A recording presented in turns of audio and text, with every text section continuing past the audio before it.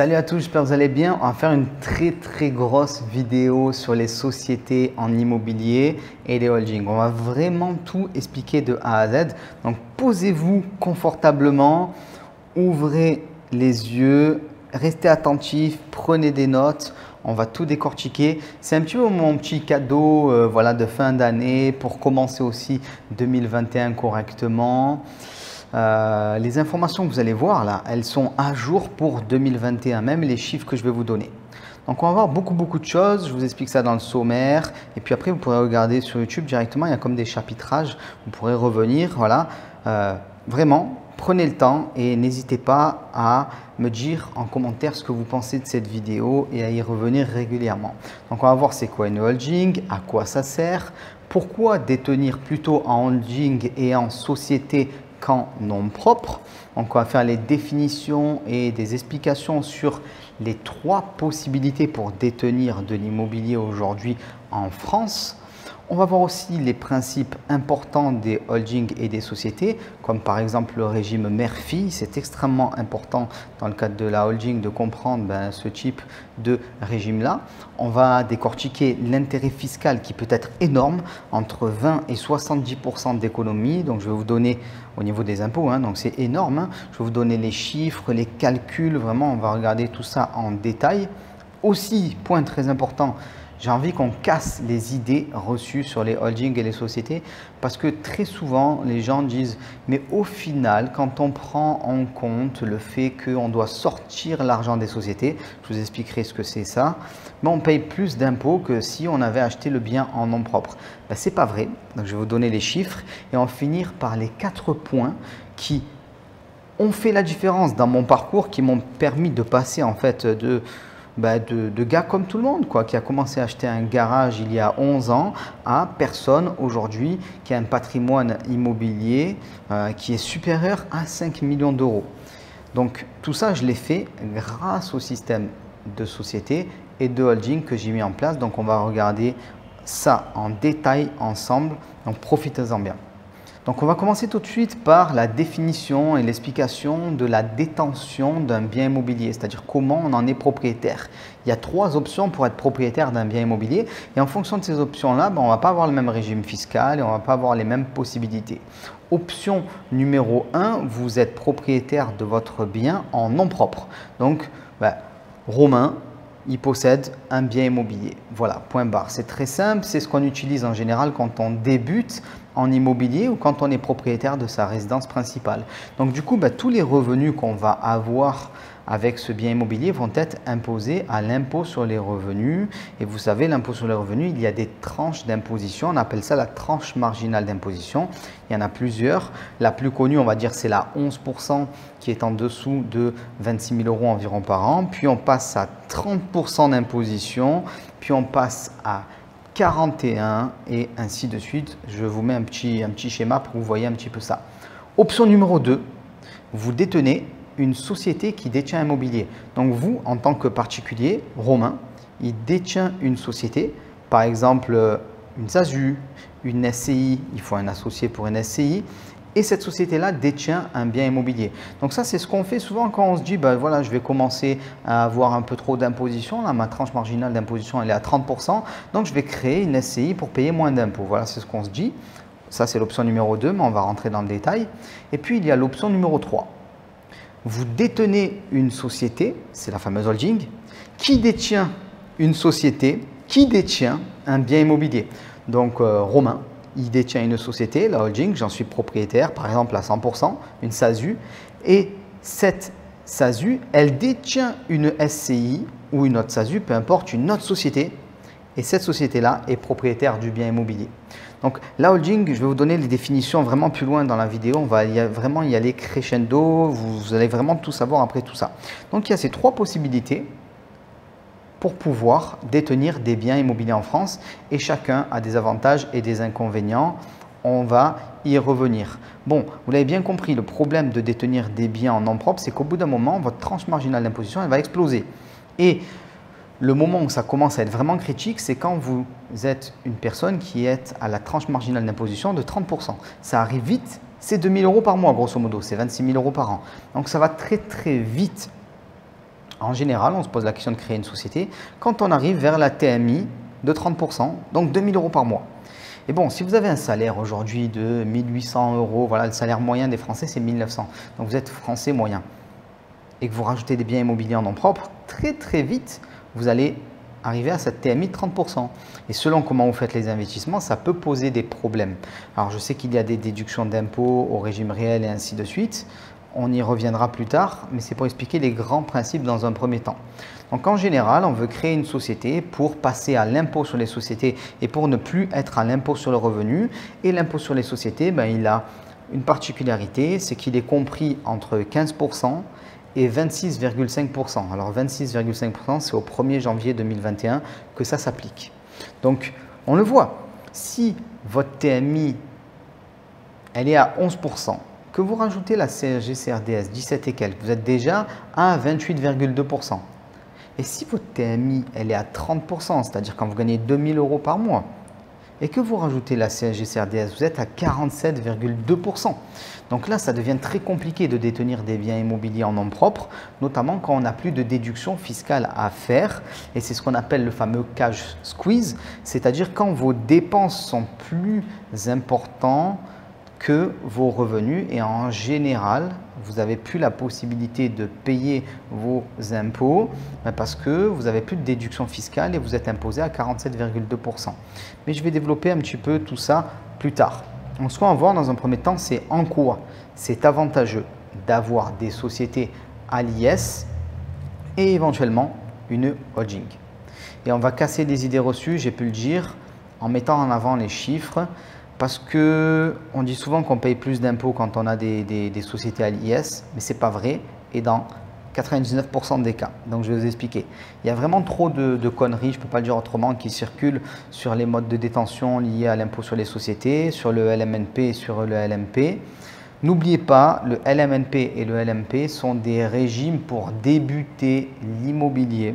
Donc c'est intéressant pour débuter, c'est intéressant grosso modo jusqu'à 23 000 € ou pas plus que vos revenus principaux et après ça part en vrille parce que vous allez passer LMP, vous allez payer la sécurité sociale des indépendants et ça ne tient plus en fait économiquement.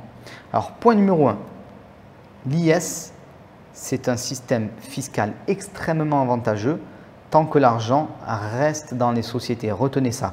Alors même quand elle en sort, je vais vous faire les calculs, mais vraiment je dis extrêmement avantageux, c'est quand l'argent reste dans les sociétés. On va faire un calcul ensemble. Imaginez que vous avez une TMI à 30%. Donc TMI 30%, tranche marginale d'imposition, plus la CSG-CRDS à 47,2%. En face, vous avez l'IS à 15%. Bon, il n'y a pas besoin de calculer longtemps, c'est du simple au triple. Donc la différence sur les années, elle est folle. Alors, pour vous donner plus de détails concernant l'IS, l'impôt sur les sociétés, qu'est-ce que c'est, voilà. Donc, quand vous avez une société, vous avez un chiffre d'affaires. Donc, ce chiffre d'affaires, vous allez enlever toutes vos charges et ça va devenir un résultat. Et à ce résultat, vous allez payer dessus l'impôt sur les sociétés, 15%, et ça va devenir votre bénéfice.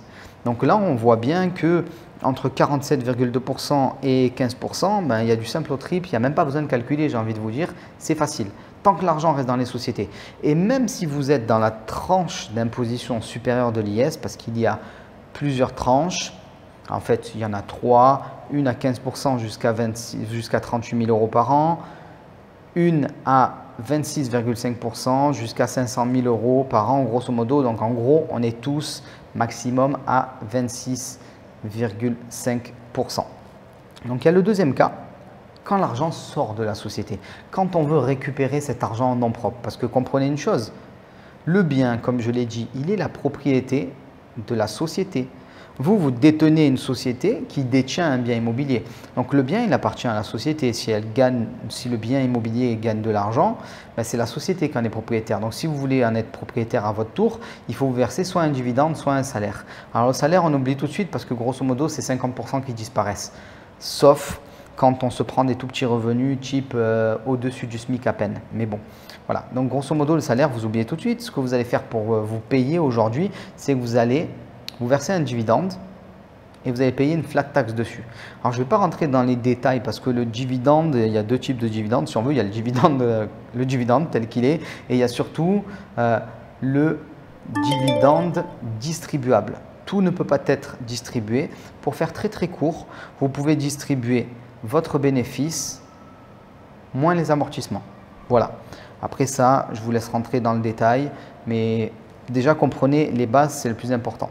Donc là, vous avez un IS à 15%. On va faire des calculs ensemble. 15% d'IS sur 10 000 euros de résultat, ça fait qu'il va vous rester 8 500 euros dans la société en bénéfice. Donc imaginons que vous avez une société, vous avez 10 000 euros de résultat, super. Vous mettez l'IS 15%, il vous reste 8 500 euros de bénéfice. Là, vous pouvez vous distribuer ce bénéfice. Vous allez mettre la flat tax à 30%. Donc ça fait 8 500 moins 2 550. Ce qui fait qu'il vous reste 5 950 euros. Ça fait une imposition totale de 40,5%. Alors, vous dites peut-être, wow, 40,5%, c'est énorme. Alors déjà, il faut comparer ce 40,5% à quelqu'un qui aurait une TMI de 30% plus la CSG-CRDS. Déjà, donc là, on est à 47 et quelques.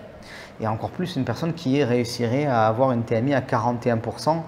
Vous rajoutez la CSG-CRDS, donc là, on est à 58 et quelques. Voilà, c'est énorme. Donc, vous voyez que même quand vous sortez l'argent de la société, vous êtes gagnant dès l'instant que vous avez une TMI à 30%. Voilà, il faut le comprendre. Alors, il reste un cas. Un cas, c'est l'histoire de la plus-value immobilière. On peut dire souvent, ouais, mais bon, quand tu vas vendre tes biens immobiliers, ben, l'argent il sera propriété de la société et donc tu vas encore devoir payer ta flat tax. C'est vrai, c'est une réalité et dans ce cas précis, c'est défavorable. C'est-à-dire qu'il est mieux d'avoir le bien en nom propre. Pourquoi? C'est assez simple. Hein. Vous allez payer 36,20% en nom propre alors que si vous faites de l'IS, vous allez être à minimum 40,5%. Mais ça ne prend pas en compte l'exploitation de votre bien immobilier d'année en année. On a vu que vous avez économisé d'année en année 3 fois le montant d'impôt. C'est-à-dire quand vous travaillez de cette manière-là pendant un an, vous économisez 3 fois plus d'impôts. Vous gagnez bien plus en fait. Donc sur le temps long, il faut comprendre que quoi qu'il arrive, vous êtes gagnant en société. Si vous achetez un bien immobilier et vous allez le revendre dans les 2 ans, c'est peut-être pas la meilleure solution que de détenir votre bien immobilier en société. Parce que, vous l'avez compris, vous allez payer l'IS à 26,5% et après vous allez rajouter votre flat tax. Mais si vous gardez votre bien, on va dire si vous avez un plan sur 5 ans minimum et que vous avez une TMI à 30%, vous êtes gagnant dans tous les cas. Voilà. Donc l'intérêt fiscal, il est énorme. Donc à avoir, là je parle juste des sociétés à l'IS. Je ne suis même pas encore rentré dans le détail des holdings. Donc ce qu'on va voir maintenant, c'est dans quel cas créer une holding.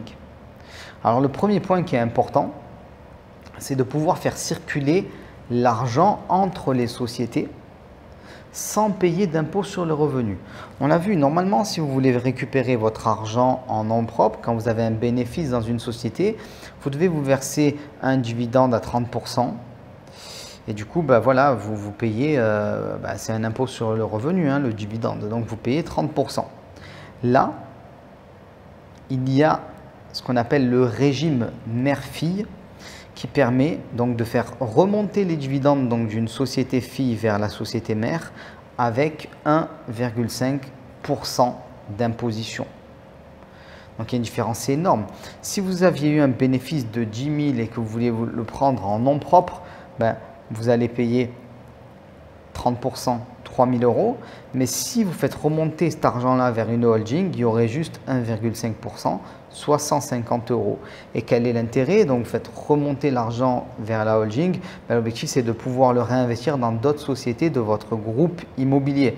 Par exemple, une société spécialisée en achat-revente qui a besoin de cash. Voilà, vous avez un patrimoine immobilier qui marche, il fait du cash, c'est très bien.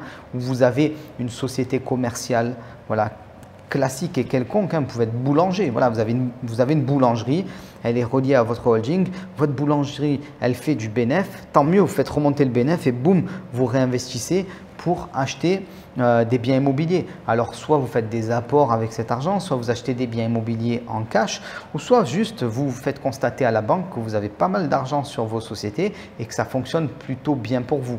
Donc là, on a quand même 30% d'impôts qui sautent, grosso modo. Donc en fait, on ne récupère pas l'argent en nom propre et on évite la tranche marginale d'imposition. Voilà, c'est ça qu'il faut comprendre, c'est extrêmement important. Ça change vraiment tout. L'objectif en fait des holdings, c'est d'effacer le particulier que vous êtes. Romain, il détient une holding qui détient une société par exemple de formation en ligne. Hop là, cette holding, elle détient des SCI qui font de l'exploitation classique. Cette holding, elle détient une société d'achat-revente et l'argent peut transiter entre ces sociétés. Et vous comprenez bien qu'il y a une différence parce que d'année en année, puisque je ne récupère pas l'argent en nom propre, j'évite l'impôt sur le revenu et ça fait un effet boule de neige. Très important, et je vais vous parler de cet effet boule de neige, c'est ça qui m'a permis d'emprunter là sur les dernières années 3 millions d'euros, très important. Pourquoi? Quand vous avez une holding et des sociétés, vous venez les solidifier entre elles. Voilà, la banque ne prête plus à une société isolée, mais à un groupe. Et si dans votre groupe, il y a déjà une société qui est bien bénéficiaire, elle vient solidifier l'ensemble du groupe. C'est très important. Imaginons que vous avez une activité d'exploitation quelconque, boulanger par exemple. Je fais exprès d'utiliser ce métier-là parce qu'on ne voit pas le lien entre être boulanger et l'immobilier dans l'absolu. Donc en fait, il n'y a pas besoin d'avoir de lien entre votre société d'exploitation et votre patrimoine immobilier ou quoi que ce soit. Vous pouvez faire n'importe quel métier, pas de problème à ce niveau-là. Donc du coup, si vous avez une boulangerie qui fonctionne bien, elle est rentable, elle va venir renforcer votre groupe. Très important. Donc en fait, vous venez diminuer le risque d'impayé pour la banque et ça l'intéresse. En plus de ça, si vous avez plusieurs sociétés, vous allez faire des frais en banque et ça aussi, ça les intéresse, c'est très important. Et il y a un dernier point, super important. C'est ça qui m'a vraiment permis d'aller plus loin en immobilier. C'est que vous allez envoyer un signal extrêmement fort à la banque. Le signal suivant, je vais laisser l'argent dans les sociétés. Voilà. Pourquoi? Parce qu'on sait que si on récupère l'argent en nom propre, il va y avoir un frottement fiscal supplémentaire. Donc l'intérêt, c'est de laisser l'argent dans les sociétés le plus longtemps possible, de prendre juste ce dont on a besoin pour développer le plus rapidement possible. Et la banque le comprend ça et vous pouvez lui expliquer. Vous savez, si j'ai fait tout ça, si j'ai créé une holding, si j'ai relié toutes les sociétés, ce n'est pas pour tout récupérer en nom propre, il n'y a pas d'intérêt. C'est pour laisser l'argent dans les sociétés et évidemment, cet argent sera sur vos compte à vous. Donc ça, c'est un signal qui est extrêmement fort en banque. On ne se structure pas de cette manière juste pour être un touriste. Et la banque le sait. C'est très important. Donc, il ne faut pas être un touriste en immobilier et il faut savoir éviter ce qui ne fonctionne plus et suivre l'air du temps. Actuellement, l'air du temps, c'est le passage à l'impôt sur les sociétés et essayer d'éviter l'impôt sur le revenu parce que de toute façon, on l'a vu, dès l'instant qu'on gagne plus de 2 000 € par mois, on passe à la TMI de 30%. Et du coup, 30% plus la CSG-CRDS, il n'y a plus grand chose qui est rentable. Voilà, il faut être clair, il faut dire la vérité. Quand on vous enlève presque la moitié, plus grand chose est rentable. Et avant de finir, j'ai deux choses pour vous, deux cadeaux très importants. Alors le premier, c'est les 7 étapes pour commencer ou accélérer en immobilier. C'est une formation que j'ai tournée pour vous, c'est en description, c'est gratuit. Je vous laisse regarder. C'est du contenu de qualité, que vous soyez un débutant ou que vous soyez déjà plutôt bien lancé en immobilier. Et surtout, samedi prochain, j'ai prévu une grosse vidéo pour vous. Ce sont mes conseils et mes prédictions en immobilier pour 2021. Les financements bancaires en 2021, que va-t-il se passer et sur quoi vous pouvez compter? Les prix de l'immobilier en 2021, vers où on va? Les modes d'exploitation, qu'est-ce que vous devez faire ou pas? Et la fiscalité à quelle sauce va-t-on être mangé. Donc cette vidéo, elle sort samedi prochain. Abonnez-vous et mettez la cloche si vous voulez être sûr de la recevoir et profitez du bonus en attendant les 7 étapes pour commencer ou accélérer en immobilier. Je vous dis à très vite. Ciao tout le monde!